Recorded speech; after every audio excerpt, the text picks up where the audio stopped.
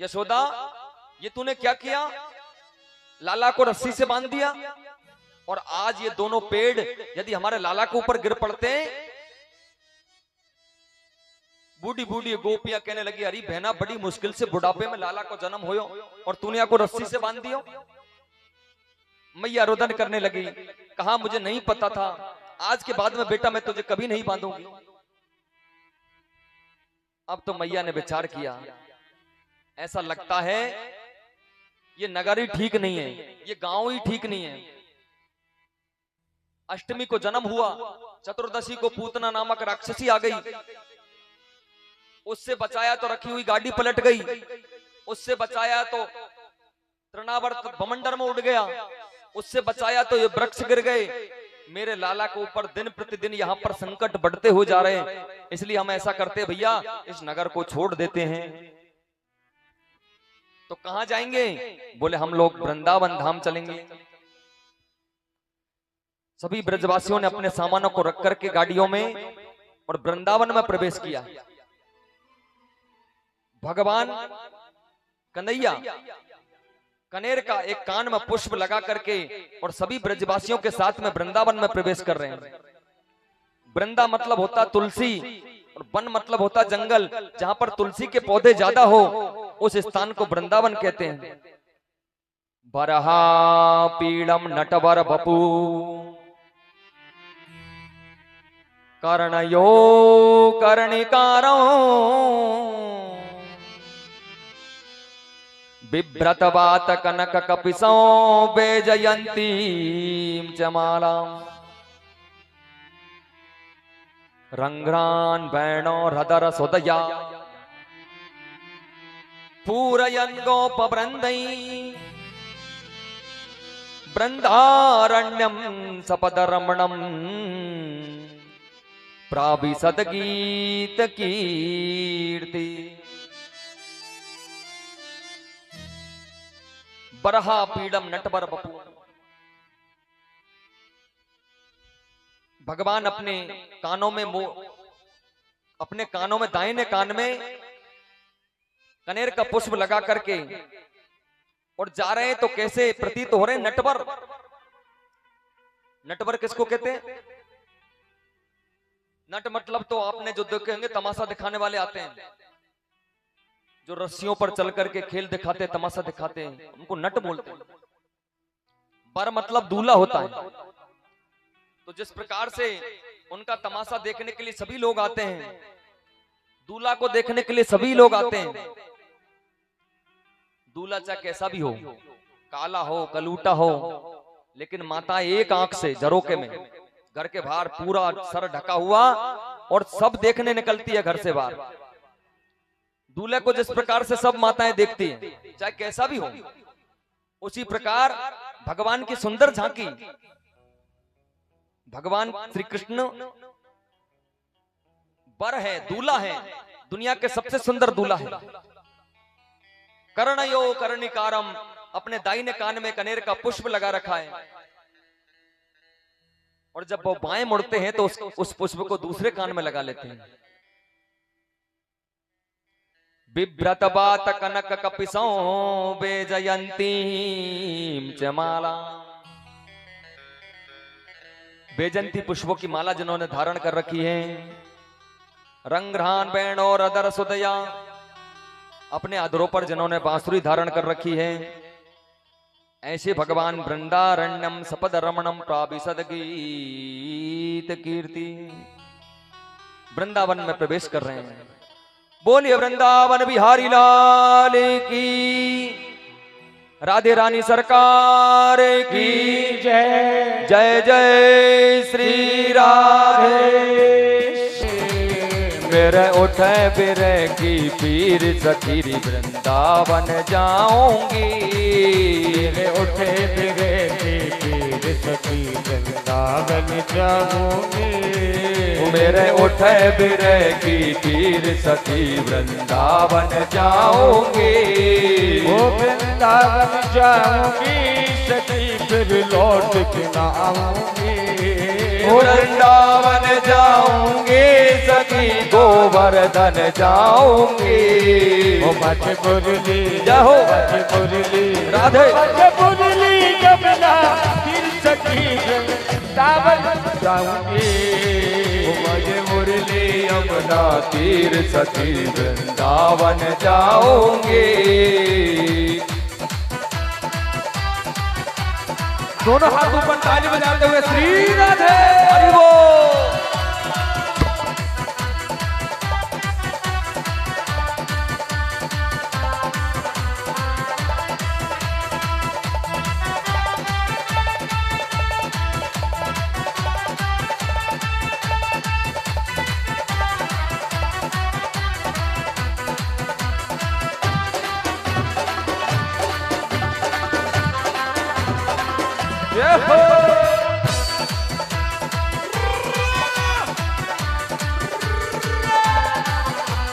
हरि बोल।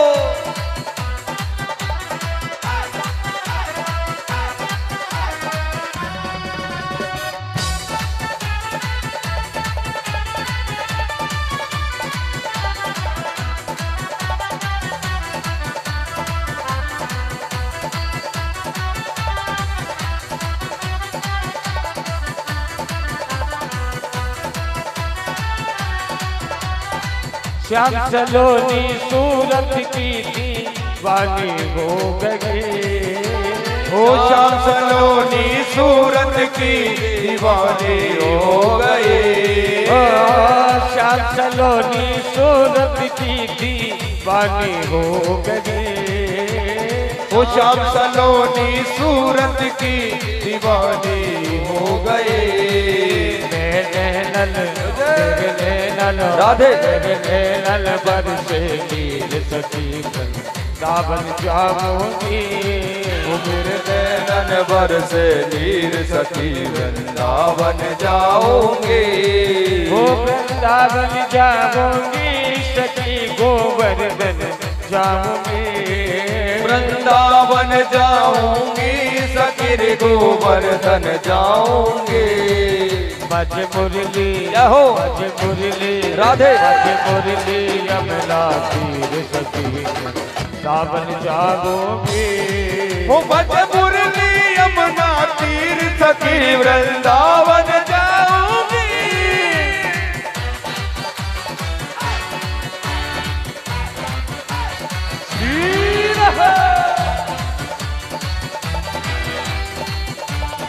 दोनों हाथ ऊपर ताली बजाते हुए श्री राधे।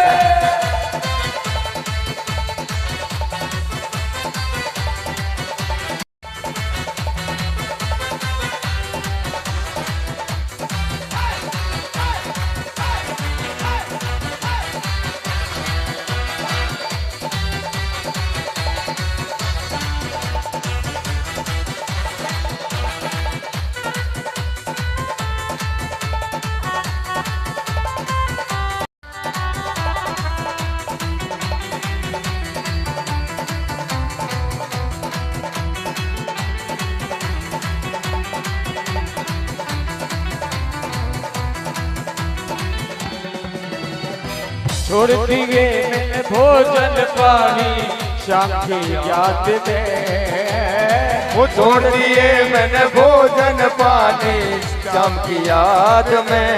ओ छोड़ दिए मैंने भोजन पानी शाम की याद में। वो छोड़ दिए मैंने भोजन पानी शाम की याद में। मैं कैसे राधे। मैं कैसे जय हो। मैं कैसे थारू तीर सखी सावन जाऊंगी। वो बज मुरली यमुना तीर सखी वृंदावन जाऊंगी। वृंदावन जाऊंगी सखी वृंदावन जाऊंगी। वो वृंदावन जाऊंगे सखी गोवर्धन जाऊंगे। वो मेरे उठे बज मुरली जाओ। तीर सखी वृंदावन जाऊंगी। वो बज मुरली यमुना तीर सखी वृंदावन जाऊंगी।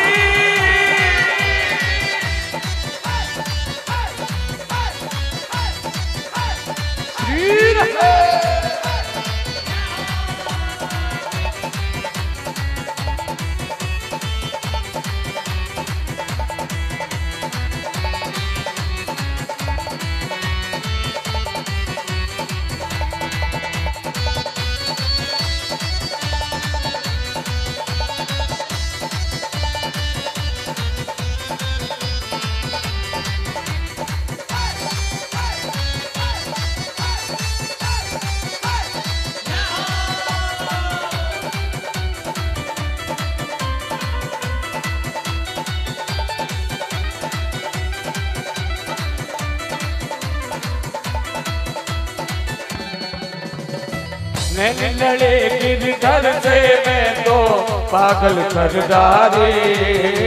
ओ नैन लड़े गिरधर से मैं तो पागल कर डाले। ओ नैन लड़े गिरधर से मैं तो पागल कर डाले। ओ नैन लड़े गिरधर से मैं तो पागल कर डाले। दुनिया से राधे दुनिया से जाहो दुनिया से भगो अखीर सखी सावन जाओगे। वो बज मुरली यमुना तीर सखीर वृंदावन जाऊंगी।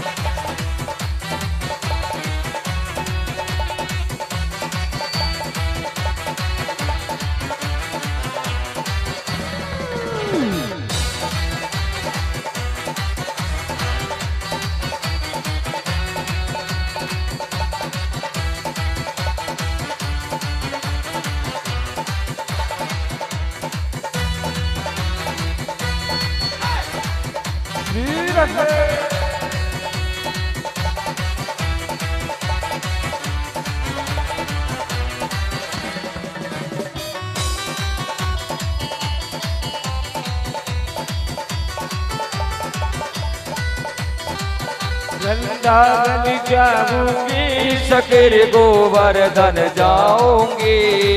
ओ वृंदावन जाऊंगी सखीर गोवर्धन जाऊंगी। वृंदावन जाऊंगी सखी गोवर्धन जाऊंगी। ओ वृंदावन जाऊंगी सखी वापस नहीं आऊंगी। मेरे उठे रहो मेरे उठे बेटी तीर सखी वृंदावन जाऊंगी। वो मेरे उठे फिरे की तीर सखीर वृंदावन जाऊंगी। मेरे उठे बेटी तीर सखी वृंदावन जाऊंगी। वो मेरे उठे फिरे की तीर सखीर वृंदावन जाऊंगी। वृंदावन जाऊंगी वापस नहीं आऊंगी। वृंदावन जाऊंगी।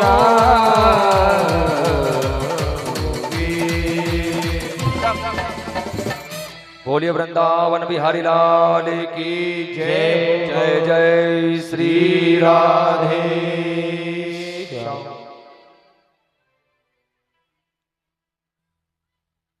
कल कल कल निनाद कर रही गंगा के पावन तट पर आसीन सुखदेव मुनि वर्णन करने लगे। राजन, भगवान ने वृंदावन में प्रवेश किया। अब तो वृंदावन में जाकर के अपना नया निवास बना लिया भगवान ने। और ब्रज की गलियों में भगवान जब घूमने लगे तो समस्त प्रकार की गोपियों ने आकर के भगवान को घेर लिया। और ये गोपियां कंदैया से कहने लगी, अरे कंदैया, तू अपनी माता का नाम बता, तुझे हम माखन खाने को देंगे। एक गोपी कहने लगी, अरे कंदैया, तेरे बाबा का नाम क्या है, हमें बता, मैं तुझे माखन मिश्री खाने को दूंगी। अब कंदैया अपनी तोतली भाषा में जब अपनी माता पिता का, बाबा का, मैया का नाम बताते तो गोपियों को बड़ा आनंद आता। एक गोपी कहने लगी, कंदैया, तू जरा एक बार मुझे नाच के दिखा, मैं तुझे छाछ पीने को दूंगी। अब तो छाछ के लोभ में, माखन के लोभ में ये कन्हैया इन गोपियों के बीच में नाच रहे हैं। लो गोपियों, ये तुम्हारा ऋण है, आज इसको उतर लो। कई जन्म हो गए तुमको मेरे सामने नाचते हुए, कभी तुम लकड़ी की मूर्ति के सामने नाची, कभी तुम पत्थर की मूर्ति बना करके मेरे सामने नाची, लेकिन भगवान ने आज अपने नगर में एक बुराई को देखा। क्या बुराई को देखा?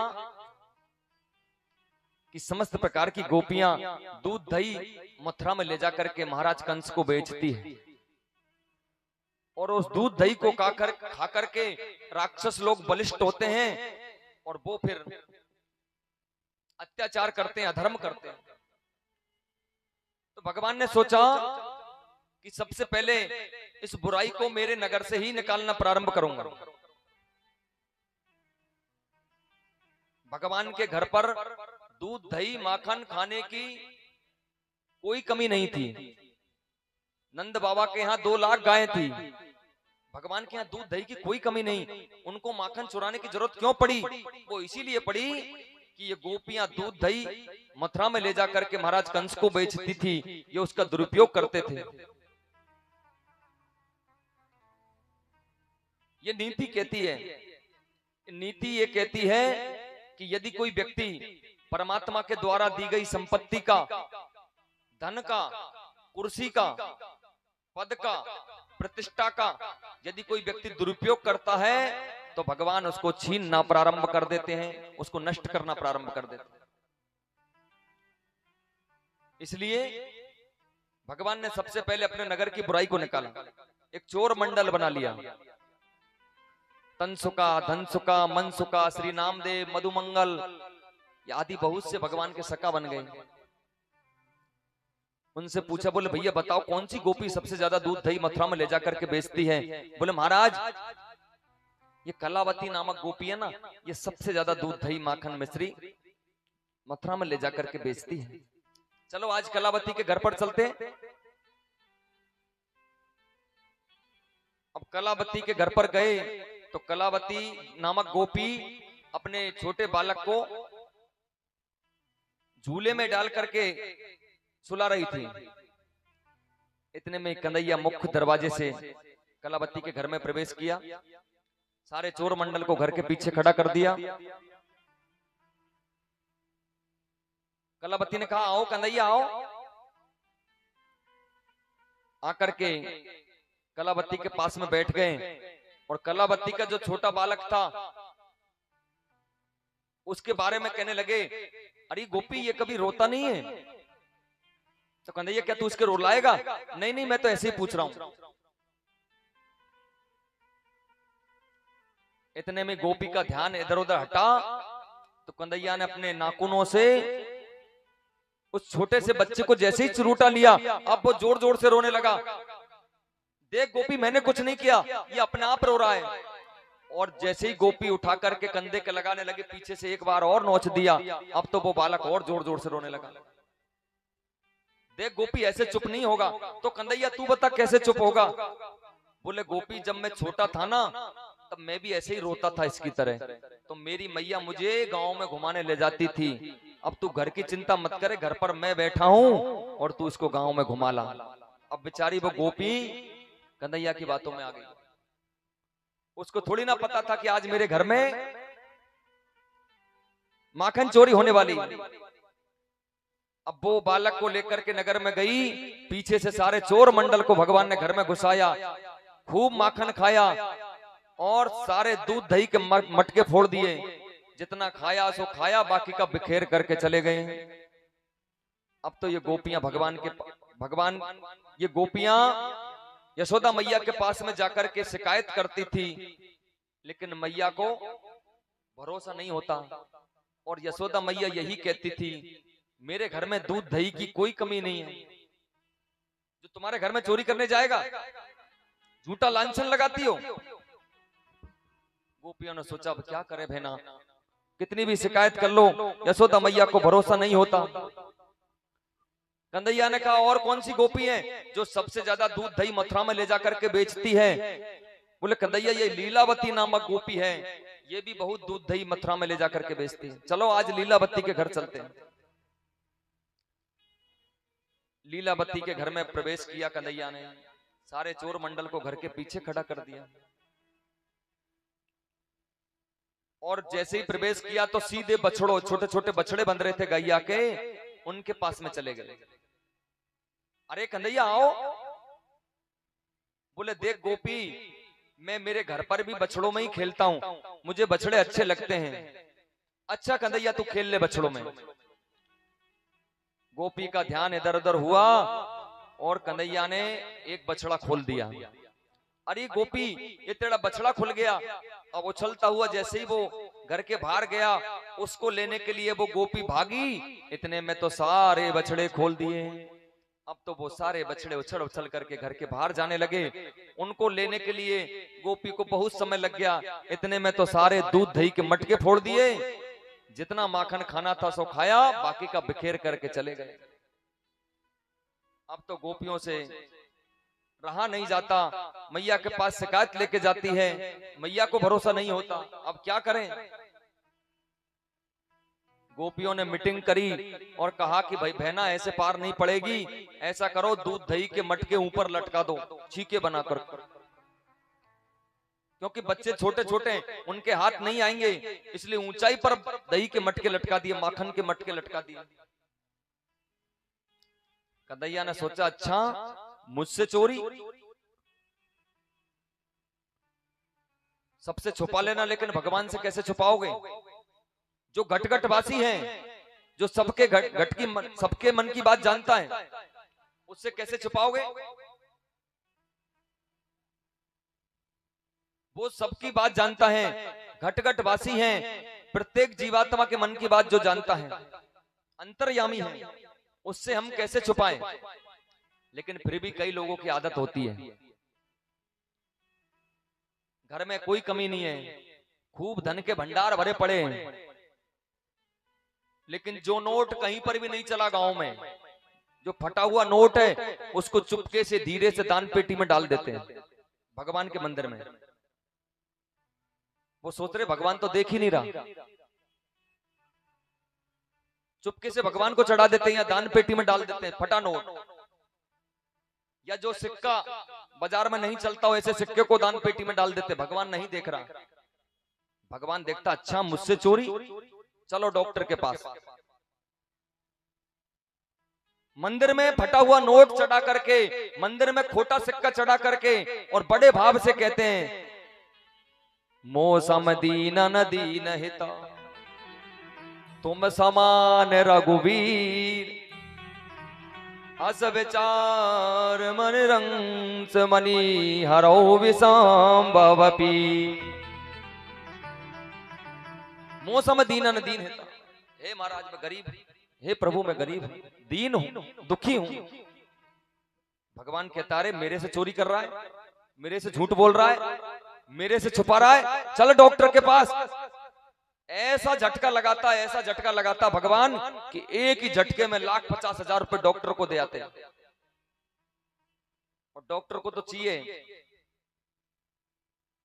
वहां किसी ने नहीं कहा कि मौसम दीन न दीन हिता, क्योंकि वहां तो पहले साइन करवा लेते हैं, पैसे की गड्डी जमा करवा दो, चाहे घर बेचो, चाहे मकान बेचो, चाहे जमीन बेचो। डॉक्टर साहब को ये नहीं पता कि तुम गरीब हो कि अमीर हो, वहां तो पैसा जमा करवाओगे तो ही ऑपरेशन होगा। इसलिए सबसे छुपा लेना, लेकिन भगवान से कैसे छुपाओगे? कन्हैया ने कहा मुझसे चोरी। अब तो छोटे छोटे ग्वाल वालों ने आकर के कन्हैया से कहा कन्हैया अब व्यवस्था बदल चुकी है। बोले क्या हुआ? बोले अब दूध दही के मटके ऊंचाई पर लटकाए जा रहे हैं, अब क्या करेंगे? बोले चिंता मत करो। और कौन सी गोपी है तुम तो ये बताओ। बोले कन्हैया बस एक और बची है, वो है प्रभावती, चलो आज प्रभावती के घर चलते हैं। अब तो मुख्य दरवाजे से कन्हैया भागते हुए गए, अरे प्रभावती प्रभावती। कन्हैया क्या हुआ? अरे प्रभावती तेरे पति का नगर में किसी से झगड़ा हो गया, जल्दी से भाग। अब बेचारी ने जैसे ही सुना और सुन करके वो तो घर छोड़ करके भाग गई। किससे लड़ाई हो गई, किससे झगड़ा हो गया? इतने में सारा चोर मंडल घर में भीतर घुसा। एक ग्वाल वाले पर दूसरा, दूसरे पर तीसरा, और सबसे ऊपर कन्हैया, और मटकी उतार उतार करके नीचे दे रहे हैं। एक ग्वाल वाल से कहा कि तुम दरवाजे पर खड़े हो जाओ, रखवाली करो, तुमको माखन मिलेगा। जैसे ही तुमको प्रभावती आती हुई दिखाई दे, तुम हमको तुरंत सूचना भेज देना, तुमको भी माखन मिलेगा। अब वो जो गेट पर, एक बालक को गेट पर खड़ा कर रखा दरवाजे पर, और जो नीचे नीचे, सबसे जो नीचे नीचे लग रहा है, उसको दूर से आते हुई प्रभावती दिख गई। तो प्रभावती को देख करके जो नीचे लग रहा था वो सबसे पहले निकल करके भाग गया। अब तो सारे बालक, सारे ग्वाल वाल एक साथ नीचे आकर के गिरे, और भागते हुए कन्हैया का प्रभावती नामक गोपी ने हाथ पकड़ लिया, और हाथ पकड़ करके कहने लगी, अरे अब कहाँ जाए गोरे